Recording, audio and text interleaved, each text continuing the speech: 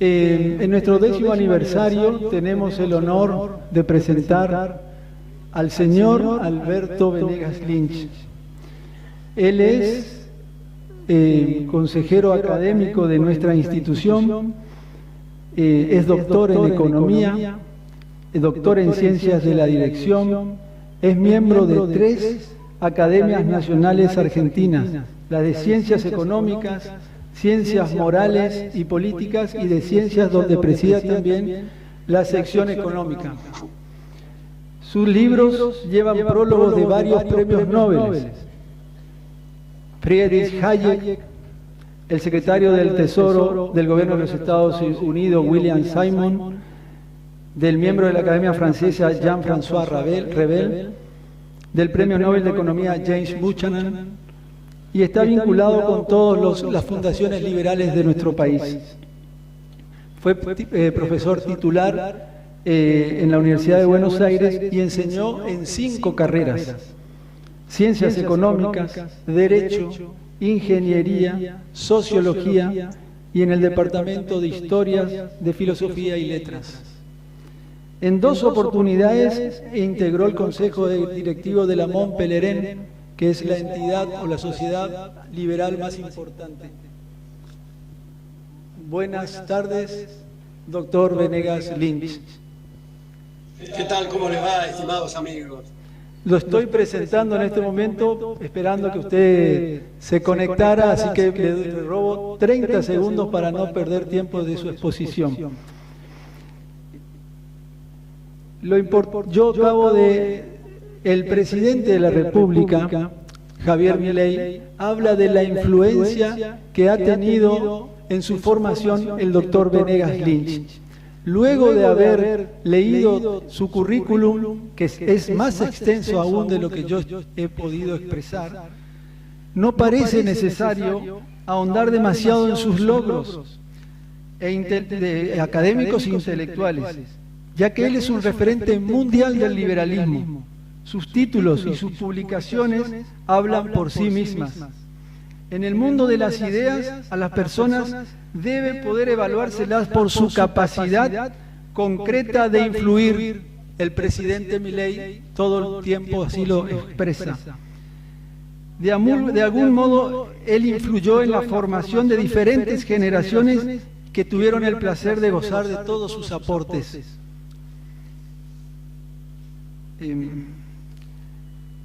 El doctor Venegas Lynch se mantuvo en sus ideas estoico cuando no tenían la fama que las ideas de la libertad tienen en este momento. Durante décadas no tuvo lugar su pensamiento. En su entorno hoy están convencidos que ha cambiado el paradigma.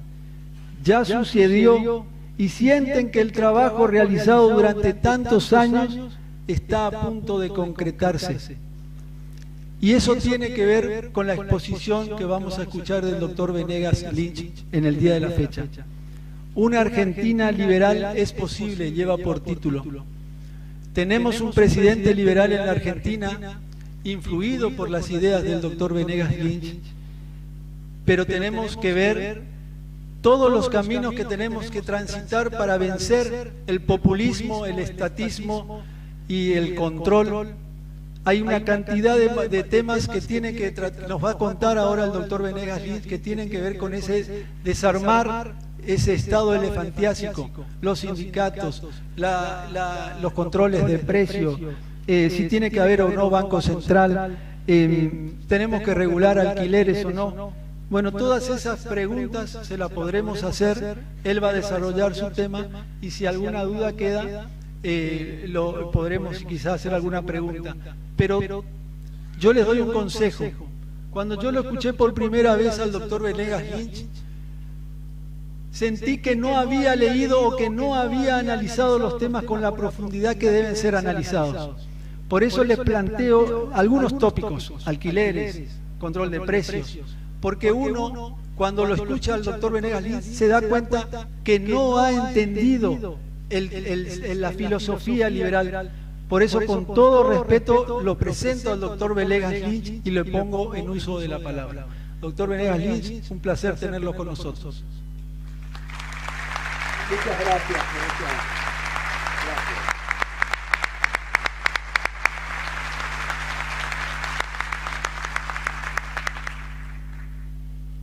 Muchas gracias por esa invitación, esa presentación tan calurosa. Y les digo antes de mi exposición que yo tengo un latiguillo el primer día de mis clases y digo, si algo no resulta claro, háganmelo notar, si no están de acuerdo, discutan, pero si creen que soy claro y creen que están de acuerdo, hagan de abogado del diablo. Ese ejercicio es algo sumamente útil y edificante a los efectos de sacarse todas las dudas que uno pueda tener. Bueno, como tengo un tiempo limitado, quiero solamente subrayar aquí que celebro la hospitalidad y agradezco la hospitalidad del Club de la Libertad en este aniversario de los 10 años de esta ahora célebre institución que lleva a cabo tantos programas de gran difusión y gran utilidad y profundidad. En una de mis últimas visitas a Asunción, en Paraguay,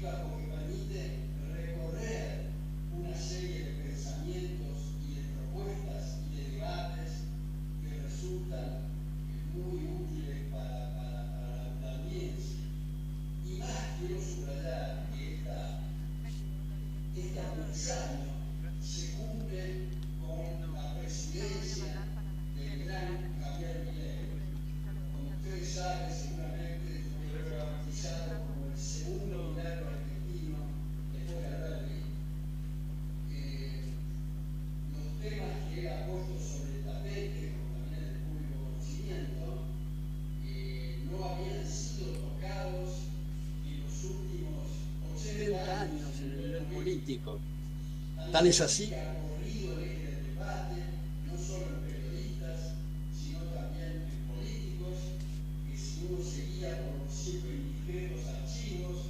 Uno observa que no pensaban lo que están diciendo ahora respecto de reducir el gasto público, reducir impuestos, terminar con la inflación, etc.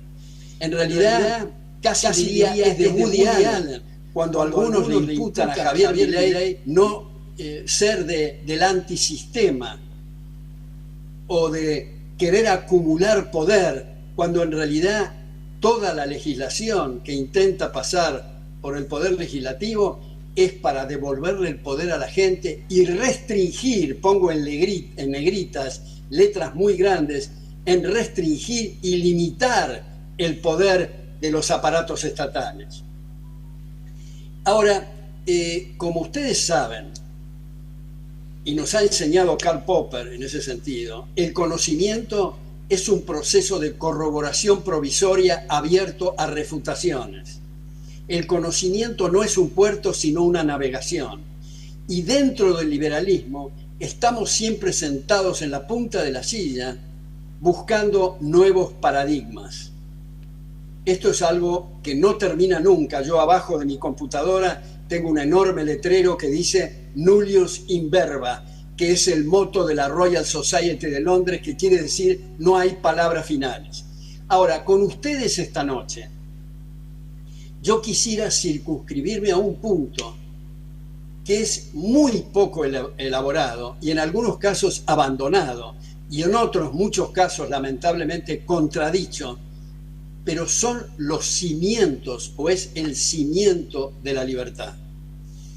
Yo cuando fui durante 23 años rector en ESIADE, tenía la costumbre una vez por semana de recorrer el edificio.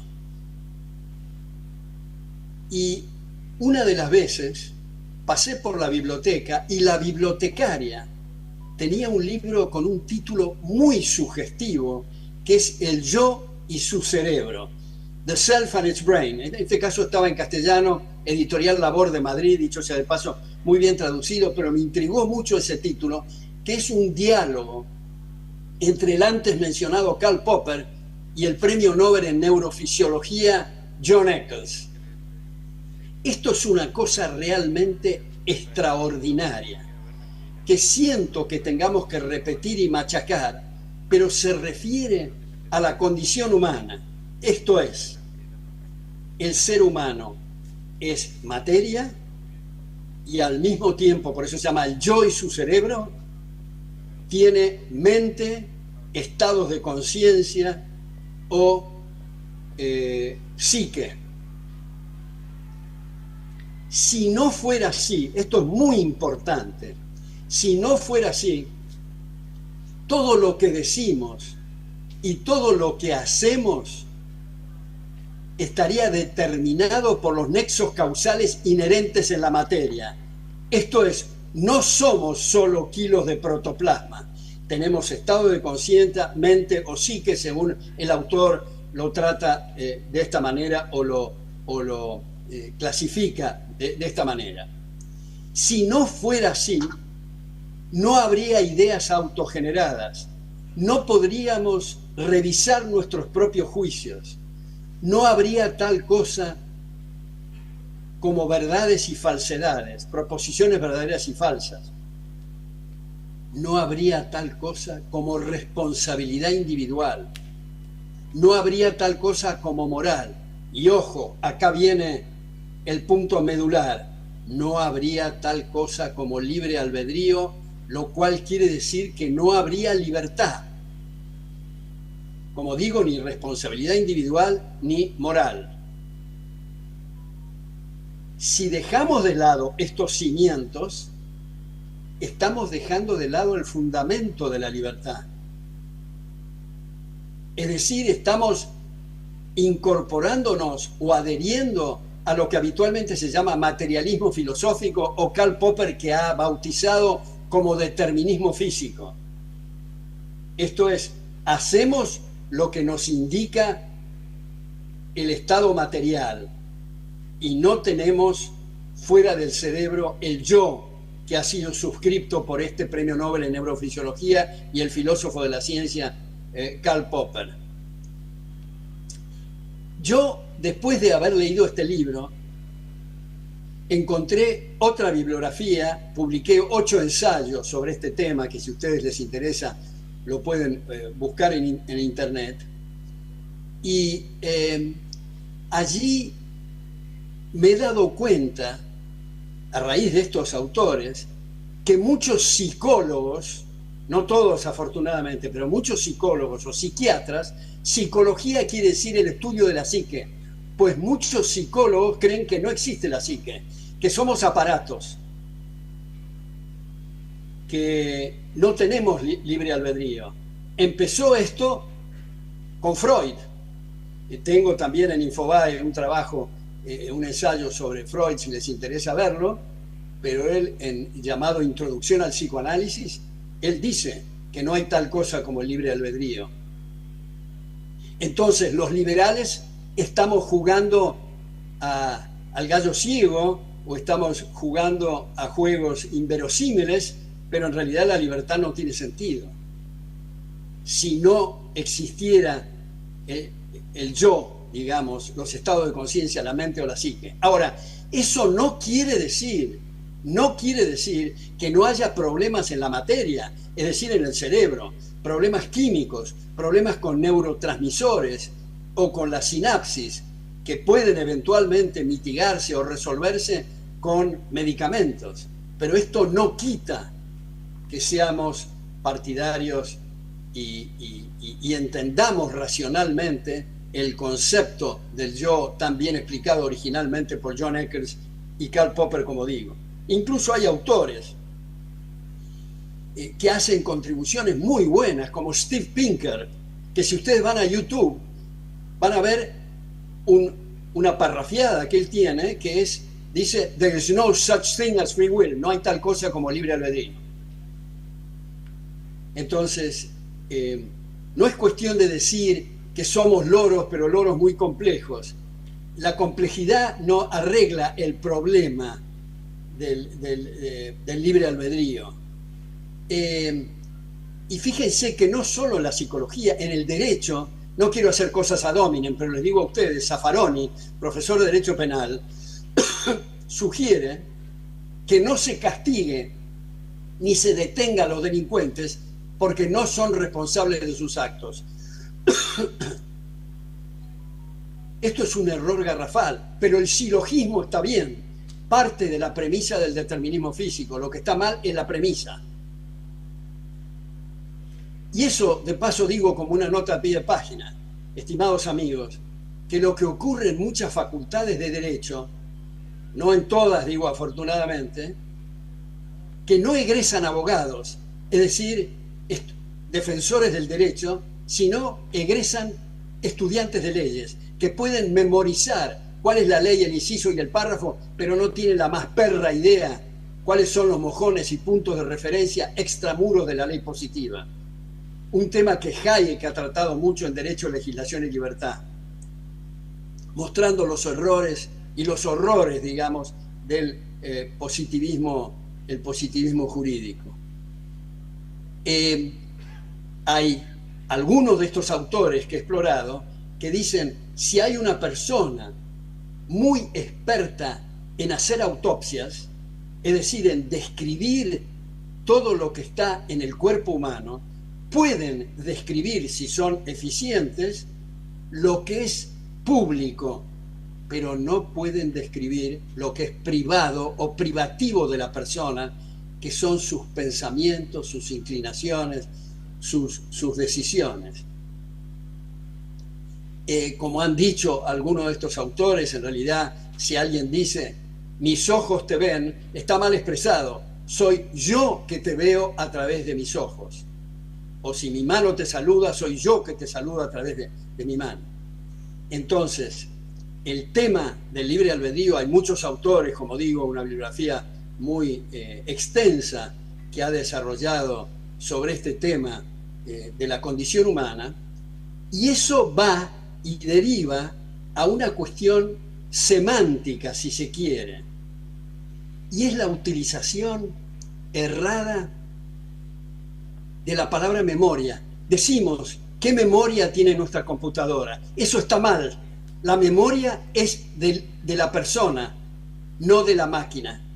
Nuestros abuelos y nuestros bisabuelos, para acordarse de algo, hacían un nudo en el pañuelo. Nadie en su sano juicio va a decir qué memoria tiene el pañuelo.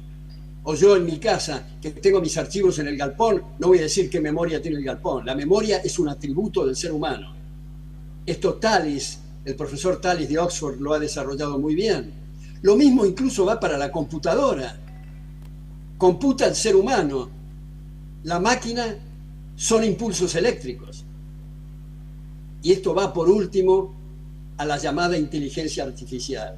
Los robots y lo que se ha llamado inteligencia artificial, que son algoritmos muy sofisticados en algunos casos, deben ser puestos en su lugar. Inteligencia viene de interlegum, de captar esencias. Miren, quiero rápidamente referirme a un experimento que ha hecho el gran matemático Alan Turing, que dice, pongan una persona en una computadora con dos terminales, una que la administra un individuo y la otra que no la administra nadie. Hagan todas las preguntas que quieran, por el tiempo que quieran, y si no notan diferencia, no hay en realidad diferencia entre el hombre y la máquina. John Searle refutó esto de Alan Turing con el experimento del cuarto chino. ¿En qué consistía el experimento del cuarto chino? En poner a un fulano que no tenía la menor idea de chino a traducir un poema del chino al inglés, y hace una traducción perfecta.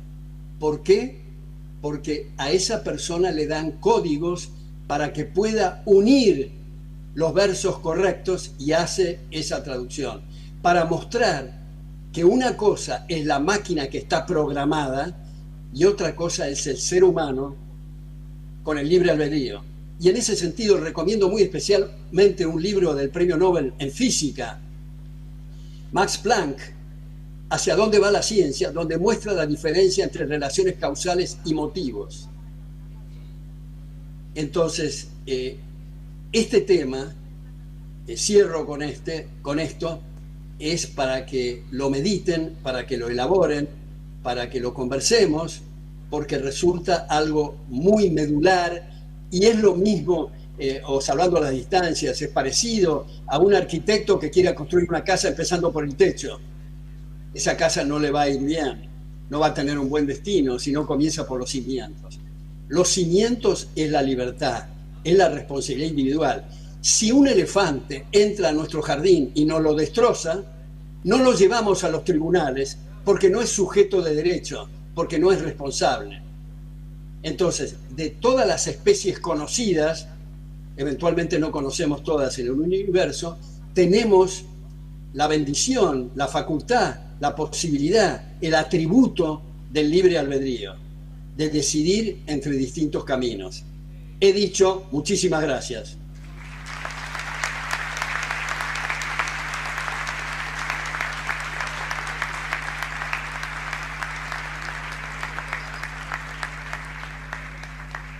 Gracias, y antes de comentarios, si hay, quiero solamente decir que en esta audiencia calificada le mando un abrazo a cada uno, porque así se despedía Jorge Luis Borges. Decía, digo a cada uno porque cada uno es una realidad y todos es una abstracción.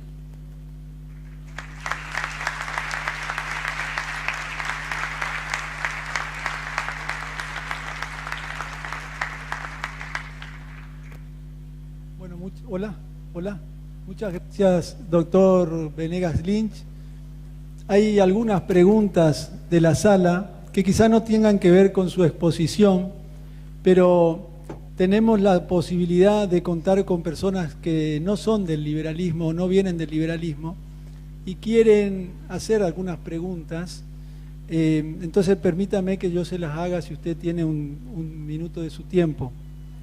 ¿Cómo no? Con mucho gusto. Una de las preguntas es si la demonización del liberalismo es histórica o es de... Si puede acercarse más el micrófono, le agradecería. Si la demonización del liberalismo que se ve en los últimos tiempos es histórica o es justamente de los últimos 20 años en la Argentina. Bueno, me parece muy importante esa pregunta. Si uno analiza lo que ha ocurrido después de Alberdi, hay que recordar la Constitución Liberal de Alberdi del 53, produjo algo extraordinario. Yo lo llamo el segundo milagro argentino a Javier Milei, precisamente porque mi querido amigo Armando Rivas decía que Alberdi era un milagro argentino. ¿Y por qué fue un milagro argentino? Porque produjo intelectualmente, fue el mayor artífice intelectual de la Constitución del 53, que produjo algo increíble. Éramos la admiración del mundo. Los salarios e ingresos en términos reales del obrero rural y del peón de la incipiente industria eran superiores a los de Suiza. Y este no fue un lapsus, dije Suiza, Alemania, Francia, Italia, España. La población se duplicaba cada 10 años. Teníamos indicadores como en Estados Unidos y en algunos casos mejores. La gente venía a hacerse la América. Como digo, se duplicaban los inmigrantes cada 10 años. Y luego, ¿qué ocurrió, estimados amigos? Yo creo que van a compartir esto. Ocurrió lo que vaticinaba Alexis de Tocqueville, no en el libro más conocido, La democracia en América, sino El antiguo régimen de la revolución. Y dice, y esto va para la Argentina, y lamentablemente también para Estados Unidos, y hago una nota a pie de página y paso un aviso y digo, les recomiendo especialmente mi libro que se titula Estados Unidos contra Estados Unidos, para mostrar la declinación y cómo le ha dado la espalda a Estados Unidos a los valores extraordinarios de los padres fundadores. Bueno, cierro esta nota y digo, Alexis de Tocqueville decía, en aquellos países donde hay gran progreso moral y material, la gente tiende a dar eso por sentado. tiende a pensar que esto viene del aire, que es una cosa automática.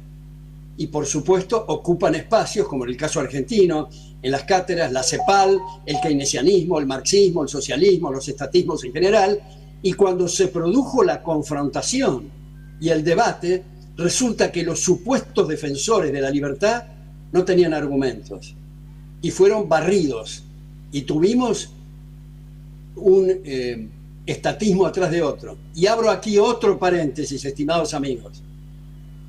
Yo creo que a esta altura del partido deberíamos de abandonar las expresiones derecha e izquierda, porque me suenan tan anodinas como arriba, abajo, atrás o adelante.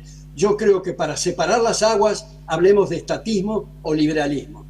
En todo caso, eso fue lo que le ocurrió a la Argentina, y después de años y años comenzaron a trabajar.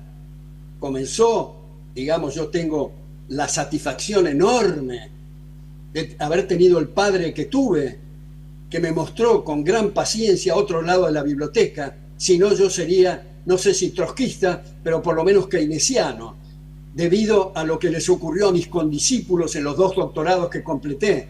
Nunca desde la cátedra escuché nada razonable respecto a la tradición del pensamiento liberal. Él empezó en el año 1942 con un pequeño seminario en la Facultad de Ciencias Económicas de la Universidad de Buenos Aires, lo llevó a Mises, y uno de los participantes del seminario, William Leslie Chapman, fue decano de la Facultad de Ciencias Económicas cuando lo recibió a mi padre y a Ludwig von Mises a sus célebres 6 conferencias, que me acaban hace poco tiempo de pedir el prólogo. Me honraron pidiéndome el prólogo, Unión Editorial de Madrid, para esas 6 conferencias. Yo hace 60 años, desde mi primer libro, Fundamentos de Análisis Económico, que lleva prólogo de Hayek y prefacio del ex secretario del Tesoro de Estados Unidos, William Simon, que ahora lleva 12 ediciones, afortunadamente, gracias a esos prólogos y prefacio. Yo hace 60 años que estoy en esta lucha, de modo que a veces me tengo que pellizcar para preguntarme si estoy soñando o estoy viviendo la realidad con el fenómeno del presidente Javier Milei, que en todas las metas, las estrategias, los objetivos que presenta son realmente extraordinarios y de un valor notable. Y no importa qué ocurra de acá en más, que desde luego espero que sea lo mejor, Javier Milei ha dejado un testimonio para la historia extraordinario. Entonces, como dije en la Feria del Libro, y he repetido muchas veces, aunque suene una afirmación un poco grotesca, para mí esto es un fenomenal orgasmo intelectual.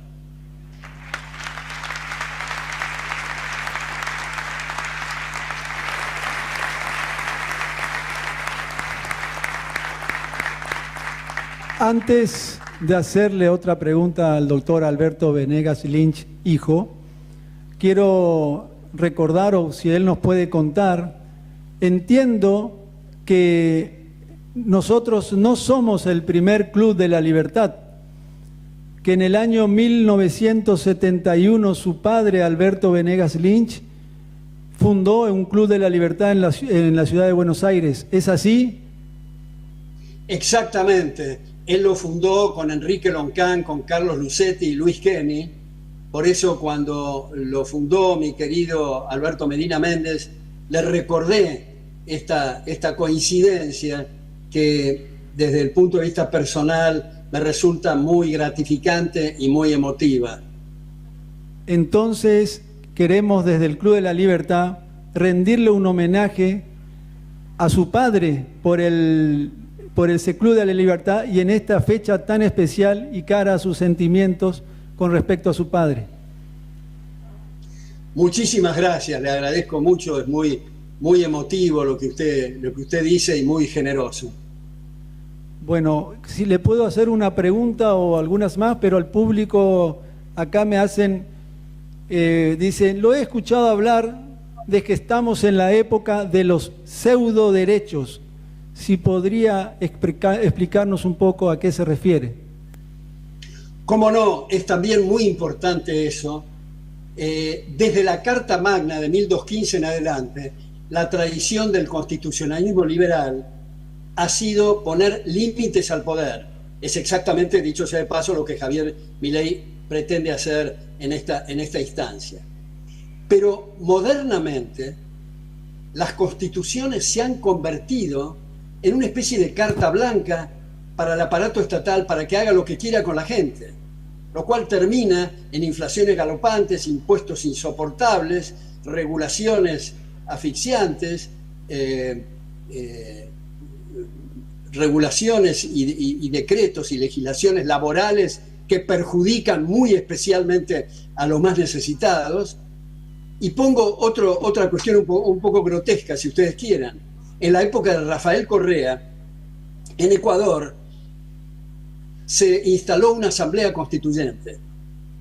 Y varios constituyentes sugirieron, esto para ilustrar la poca idea que se tiene de lo que es una constitución modernamente, sugirieron, afortunadamente no prosperó esta moción, sugirieron establecer en la Constitución el derecho al orgasmo de la mujer. En la Constitución brasilera, no la actual, ni la anterior, es la inmediatamente anterior, se establecía un inciso donde se establecía cuál debería ser la tasa de interés en términos reales.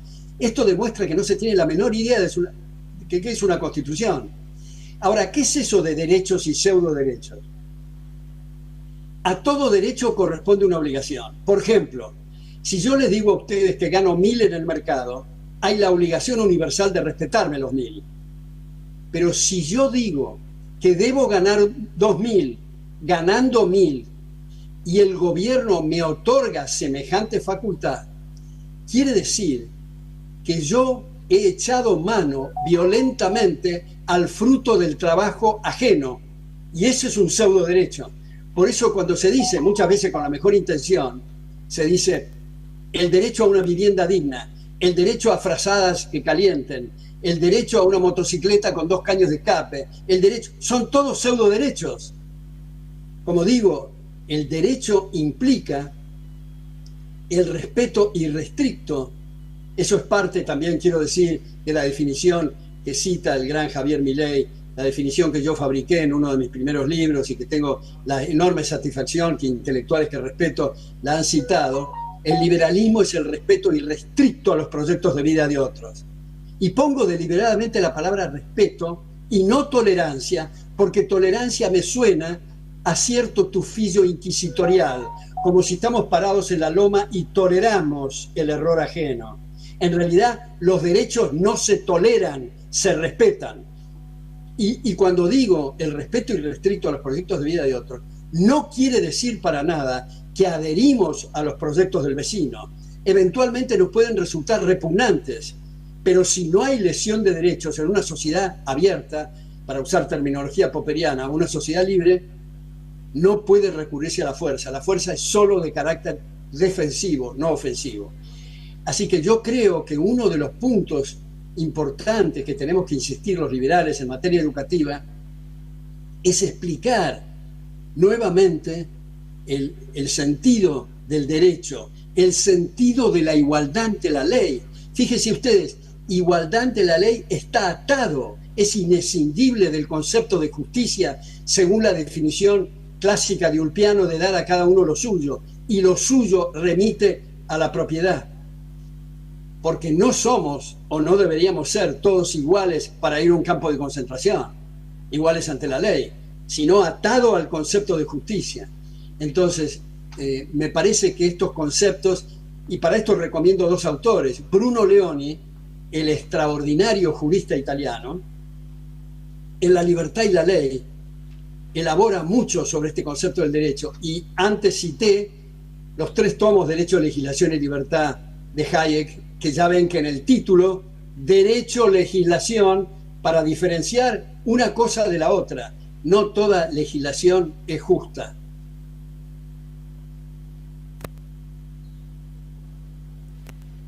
Perfecto. Una pregunta, otra pregunta tengo. ¿Cuándo cree usted, o cuándo cree usted que se inauguró el populismo? ¿Y por qué el populismo utiliza la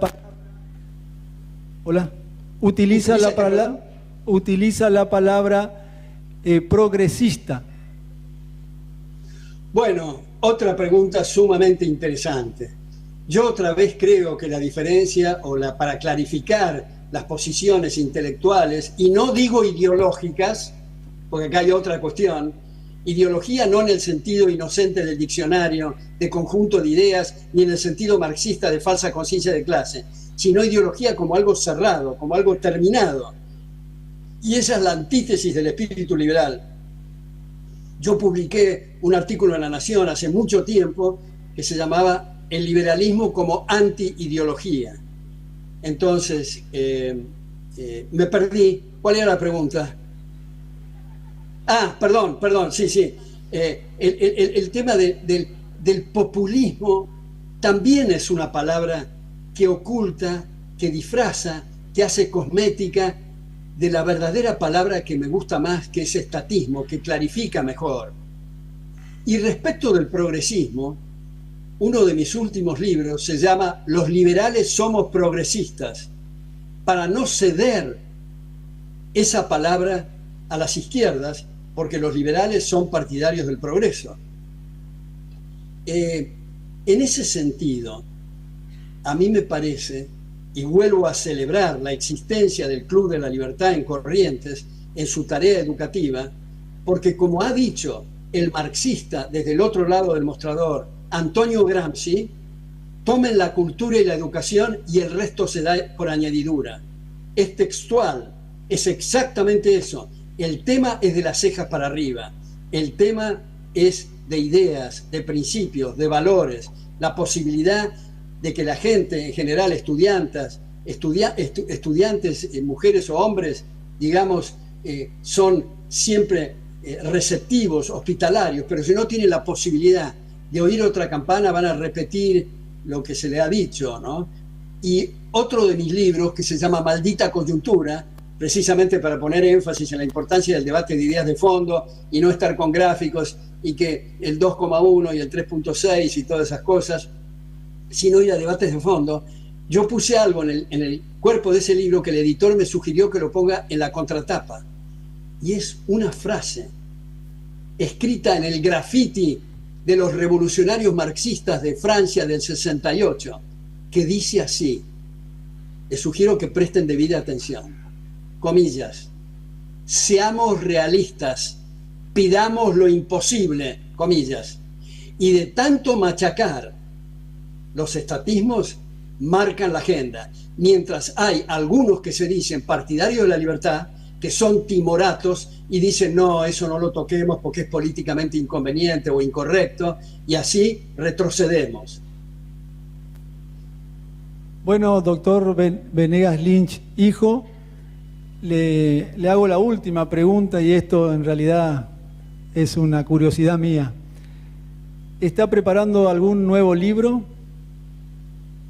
No, en este momento no. En este preciso instante he escrito para la Gaceta de Madrid un libro en homenaje a los 80 años de Camino de Servidumbre de Hayek. Y también, digo, para lo que hice ayer y hoy, digamos, preparé un prólogo para un trabajo que está haciendo el Centro de Estudios Económicos y Sociales de Guatemala, que cumple 65 años esa institución, y fue el prolegómeno a la extraordinaria Universidad Francisco Marroquín, de la cual yo fui el primer profesor visitante y estuve 3 años. Mi hijo menor nació en Guatemala. Me acuerdo que cuando había decidido irme de la Argentina, después que pusieron una bomba al colegio de mi hija, y tuve una serie de conflictos, iba a ir primero a Sydney, Australia, después a Monterrey, a México, y finalmente recibí una carta de Joaquín Rey Galviol, que dicho de paso tradujo al español por primera vez La acción humana, el Tratado de Economía de Ludwig von Mises. Me escribe y me dice: Alberto, acaba de establecerse una universidad en Guatemala que es para contrarrestar la influencia disolvente del socialismo en América Latina. Si vos aceptás, nosotros, él era presidente de DICASA, o sea, Dragados y Construcciones de Madrid, te pagamos los honorarios. Fuimos con mi mujer, tuvimos que mirar el mapa porque no sabíamos dónde quedaba Guatemala, y nos encontramos con un clima no solo meteorológico extraordinario, sino humano extraordinario, de gente muy vinculada a cuestiones culturales de Estados Unidos, firmé un contrato por 1 año, me quedé 3 años, además de enseñar en grado y posgrado en esa universidad, di regularmente seminarios a periodistas, a empresarios, a sacerdotes y a militares. Fue una experiencia para mí extraordinaria, y este centro publica los 65 años y me piden el prólogo. Adivinen de qué trabajo. Del trabajo de Alberdi, la omnipotencia gubernamental es la negación de la libertad. Hago el prólogo a ese trabajo de Alberdi, que les gustó tanto en Centroamérica y que está siendo difundido en México. En fin, estas son las 2 cosas que hice. Pero mi último libro se acaba de presentar en México hace una semana, y el 22 de noviembre me lo presentó Manuel Adorni y Emilio Campo en la Universidad UCEMA, donde soy ahora profesor titular, pero agradezco mucho esas presentaciones. El libro se llama, seguramente no les va a llamar la atención, el título del libro se llama Los aparatos estatales nos aplastan. Bueno.